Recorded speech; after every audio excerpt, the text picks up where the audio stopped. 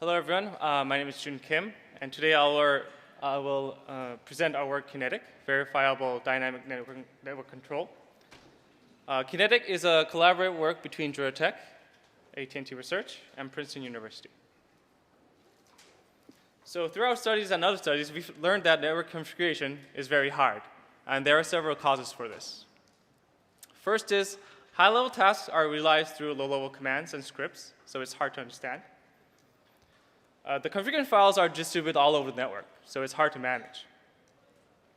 Third, the variety of network-like tasks cause changes to the network, so there are a lot of dynamics. But regardless of so many changes, no changes are really checked for correctness. So most of the changes are error-prone. To confirm this, we did a separate survey with over 200 network operators, and 20% of them said they make changes more than once a day. And 89% they are nearly completely certain that the changes will not induce a new bug. And 82% of them said they are concerned that changes they bring might break existing functionalities unrelated to those changes. And whenever I present this to other operators, they say, you should track down those 10 to 20% of operators who say they're always certain, because they're mostly lying. So to show this in the real world, I want to start with a modifying example. The START system was a user access control system which was deployed in the Georgia Tech network several years ago. And I will present how it used to work. When a host connects to a network, the next hop switch will ask the VMPS, which is exactly just like a VM mapper.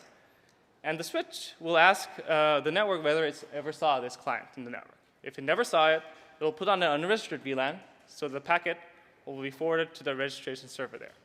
The user will have to register his or her device on the network. And after that, the network will update the firewall so only the traffic between the scanner and the client is allowed. If the scanner cannot find any known vulnerabilities in the client, it'll yet again update the firewall so that the host traffic can reach anywhere in the network. Then it will update the VMPS again so that it has the most updated information about the host.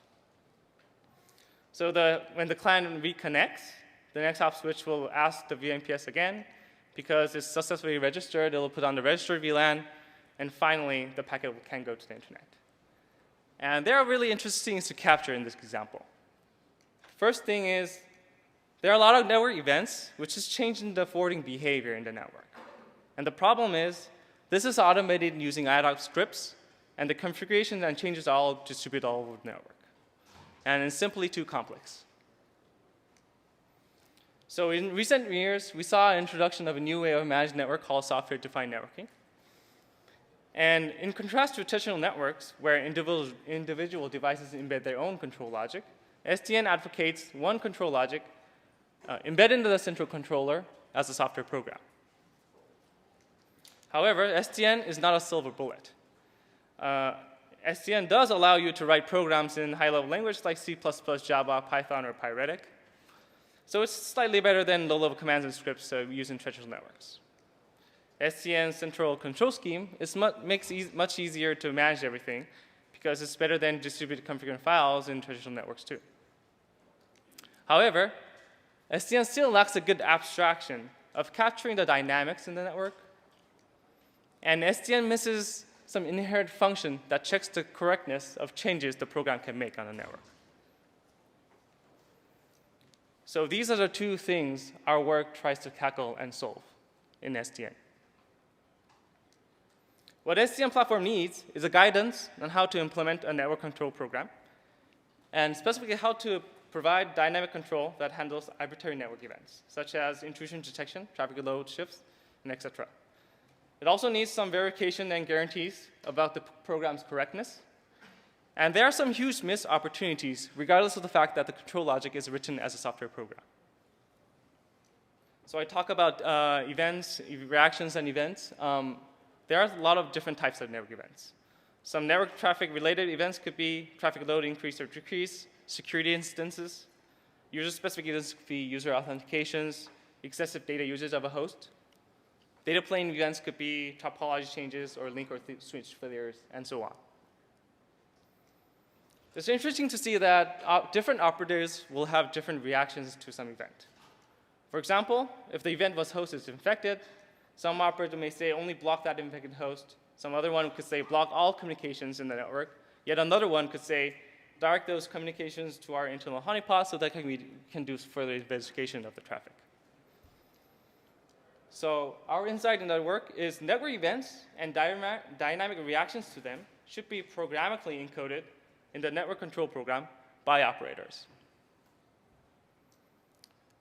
So our idea is to have a software program that embeds this event and reaction relationships. So this way, if an event comes in, the software program will make updates to the forwarding policy and then push those rule updates to the data plane accordingly. However, there are some unanswered questions still here. How are we actually going to embed this event and reaction logic in the software program? And how are we going to verify that the program will actually make changes correctly? And these are the two questions that Kinetic tackles directly. So Kinetic is a domain-specific language and control platform which helps operators to create SDN control programs that embed this custom event and reaction relationships. And also it verifies the program's correctness. Our approach is first provide a domain-specific language to the operators which they'll use to implement the program. The language itself is constrained but structured so that they'll make less mistakes when they're doing so. We express the changing behavior as a finite state machine, where the state denotes a unique forwarding behavior in the network, and the network events will trigger the transitions between these states. Third, we verify the program's correctness using a model checker called USMB. So first, I'll present Kinetic's domain-specific language. The language itself is embedded in Python, and it borrows some abstractions from Pyretic, a language called Pyretic. And like Pyretic, it encodes the forwarding behavior in a policy variable. And the policy variable is responsible of transforming the incoming packet to a set of outgoing packets. But unlike Pyretic, Kinetic has new constructs and functions to express these policies that respond to changing conditions. So to show that, Kinetic can update the policy variable by incoming network events.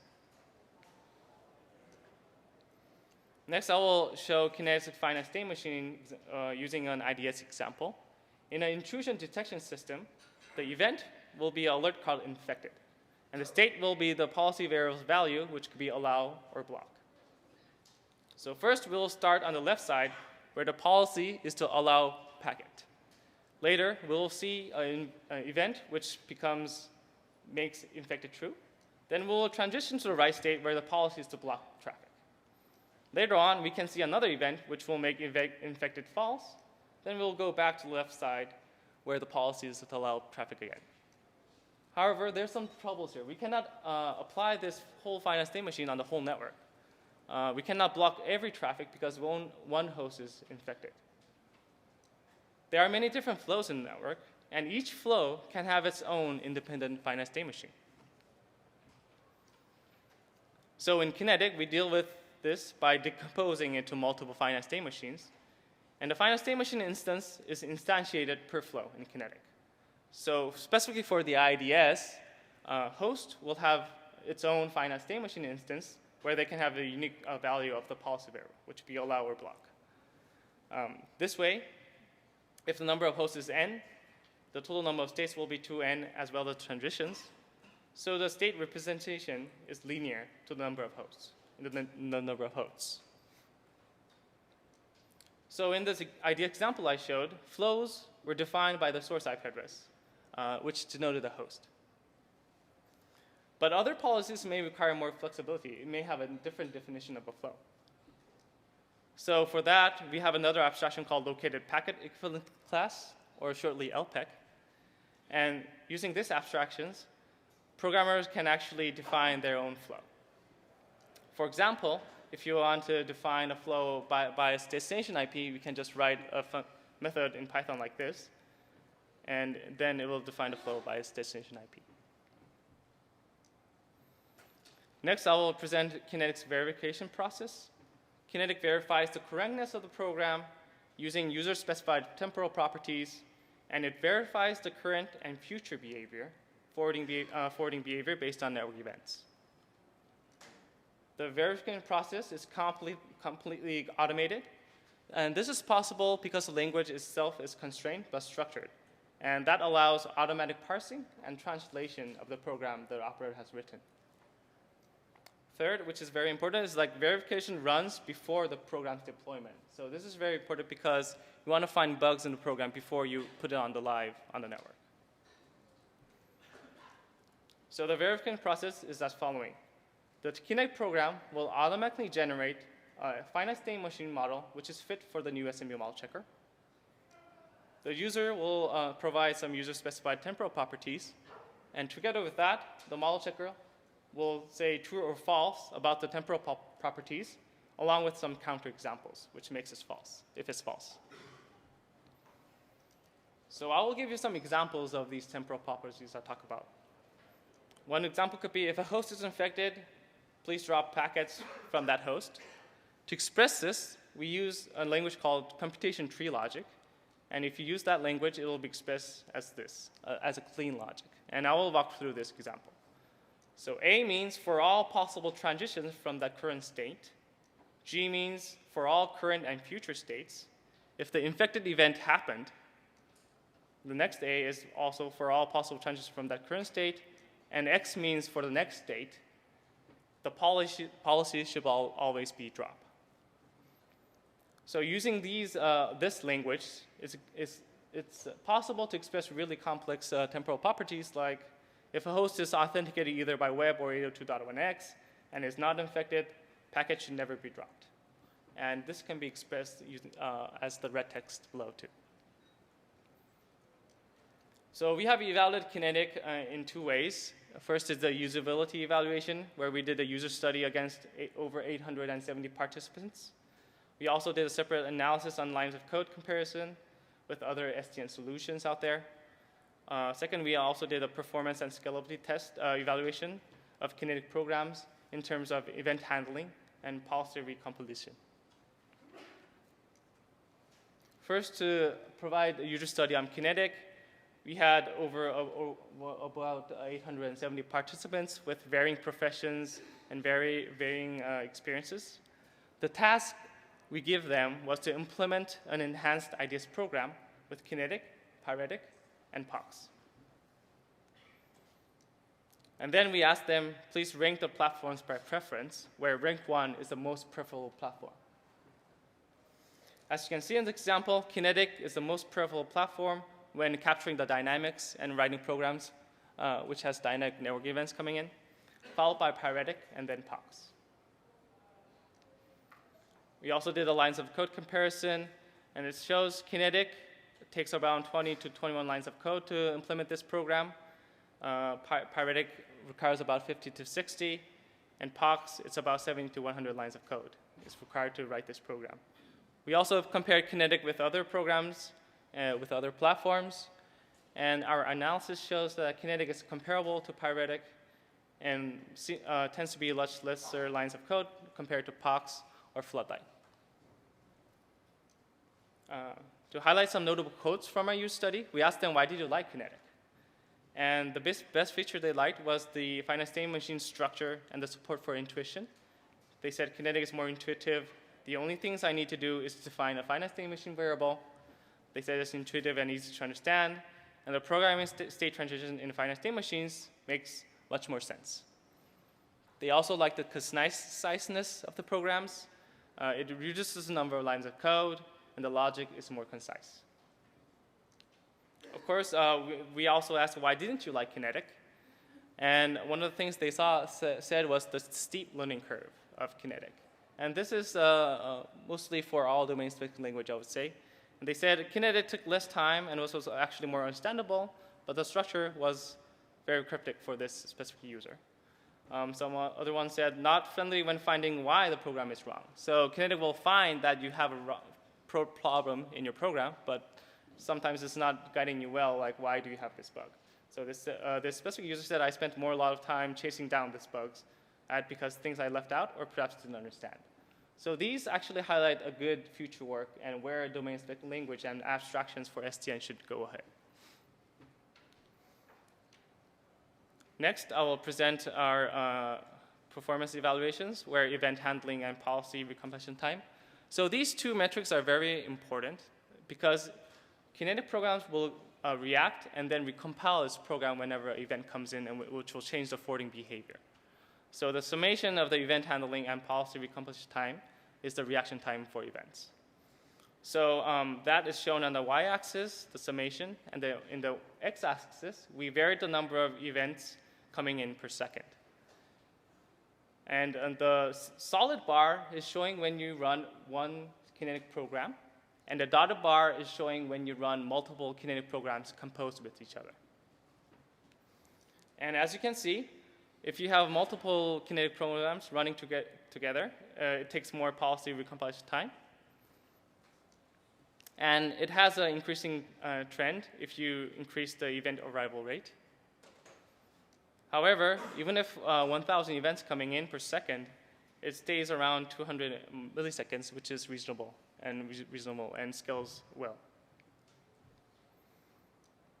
So Kinetic has some real deployments. For the campus network, we had a functional access control system, which was deployed in the Georgia network, which spanned 3 buildings, and is a reincarnation of the example I showed in the beginning of this talk. We also have a deployment in home networks. The policy we ran was a user-space access control system. We deployed 21 wireless routers over 3 continents. The user study ran about 1.5 years, and the study was presented in 2 weeks ago in KiteSton 15. Some takeaways of Kinetic is it is a domain-specific language and a control platform, and it allows operators to make program that encodes the event and reaction logic in them.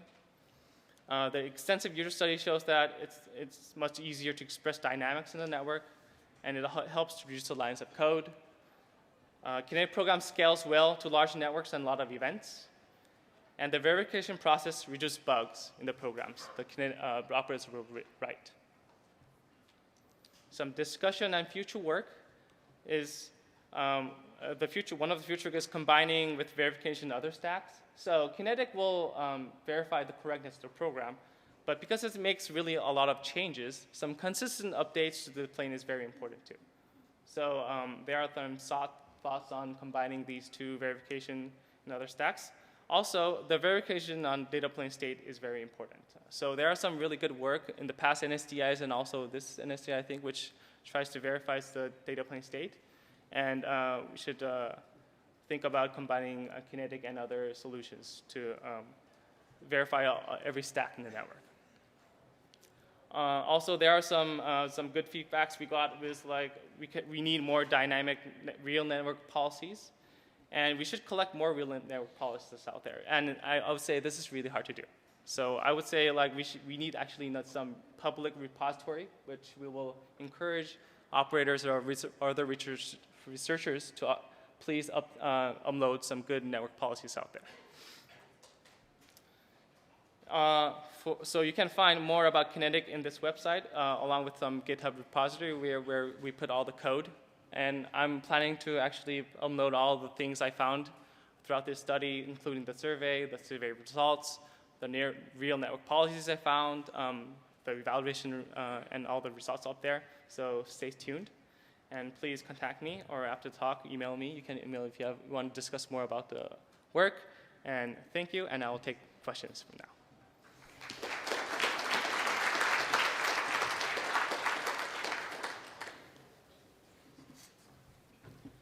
Questions? I'm curious about the verification using new SMV. I know sometimes it can be very expensive to do model checking. So do you have data to show the time you need to verify your state machines? Thank you. So sorry, could you, so what's the... How much time do you need to run the new SMV to check the state machines? Actually, I have a backup slide for that. So let's see. Here you go. So the verification process. So this is a figure which shows the verification and how long it takes.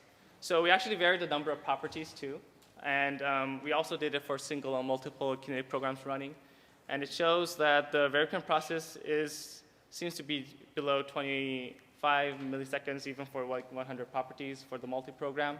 Also, one thing to actually, which is really important, is like this runs before the deployment itself. So it's not going to like damage the real ongoing network, but still it's important. So I had some evaluation for that. I was wondering if you could comment on the soundness or completeness of your verification. It seems like it could miss things. It could fail to provide a counterexample. Specifically, I'm thinking about Netcat, which has solid foundational theory. It is sound, it is complete, and you can prove things like non-interference, reachability, non-reachability, and stuff like that. So can you put your work in perspective with Netcat? Sure. That's a really good question. So Netcat will actually check all the data plane state too, like the reachability of the packet, loop freeness. So Kinetic does not actually check the correctness in the data plane, like for like reachability or things like that. It will only check the correctness of the program the operator has written, and it'll actually push the right. It'll do the right thing when the event comes in, right? Okay. So there are some limitations there. It's not going to check the whole thing about the stack data plane state. It doesn't actually check. It's going to push the right updates consistently, and that's why I have some future works that we should actually combine them, because those are really important properties too. Okay, thank you. Hi, so I'm Dua Wang from University of Illinois. Two questions. The first one is also about scalability.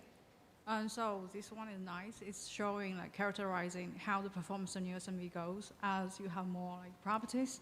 So I'm wondering, do you have any characterization of performance regarding the size of the network, like how performance goes, like as the network size grows? Because with new SMV, usually it's if you terminate, say, in a few seconds, it's okay. But if it grows like over, say, 10 milliseconds, usually it does not terminate at all. So I'm wondering, how scale, how large a network you can handle? Okay, so the question I think was like how it's going to scale if the network is big, becomes big, a lot of switches and links. Size. So another thing to address is like we check the correctness of the program, and it actually don't take the topology and the display in play when we do the verification itself, right? So it's not going to do those checks. So it's actually independent of the topology. Okay, right? so can I say the properties, the property you're handling here is kind of topology independent? Yeah. So is there any interesting property that's relevant to topology size or the particular shape of the topology? So so is there some thoughts of doing that too, you mean? Some interesting property, is there anything really relying on a topology? So all the verifications of Kinetic does not rely on those things. Okay. Yeah, right now it doesn't. Yeah. Okay. Sorry, I have a second question about user input. So you have my understanding here is, in order for you to generate the input for new SMV, the programmer need to have some annotation or embedding into the program, so you can extract the state machine. Yeah. And you have, I think you have a slide on comparing the lines of code of Kinetic, which is very small. That's very nice. So, but can you characterize how difficult or how easy it is for a programmer to annotate the program such that you can generate this state machine? Yeah. So the language itself is kind of structured so that it's actually nicely structured so that whatever. The ideal thing is if operators write anything, it'll actually be able to generate the new SMV model from out of it. We have some really structured and guidance so that it always stays in that bound so that we can always do it. Okay, thank you. Okay, maybe we can just have one more question. Hi there, Luis Pedroso, University of Southern California. Now, I haven't had as much time to think about these as you have, but my understanding is that when you're using this kind of model checking, you either limit expressivity of the base language that you're analyzing, and so that it's more amenable to analysis and you can prove correctness of more properties, or you sacrifice completeness of the analysis in favor of a full-blown language with Turing completeness and all of that. Which of these two did you? Which of these two approaches did you follow? And if you did cut down on expressivity, which is what I think you did this impact any kind of usability? Is there a particular kind of construct or configuration that cannot be modeled and so cannot be done by the operator as a consequence of this? Sure. Yeah, I think that's a really good question. So we did certainly sacrifice some usability because we had to make this possible. And let's see. I'm trying to think something which is not possible. I think I did not actually find something really a good example which shows which highlights the limitations of our language. For the examples we did, we were able to actually express fairly a wide range of applications, but I would really be happy to hear some good examples which will highlight the usability, because we did, I would admit, like we did sacrifice some usabilities, and some may not be possible to express with Kinetic. So I will love to talk more about that. Thank you very much. Okay, let's thank the speaker.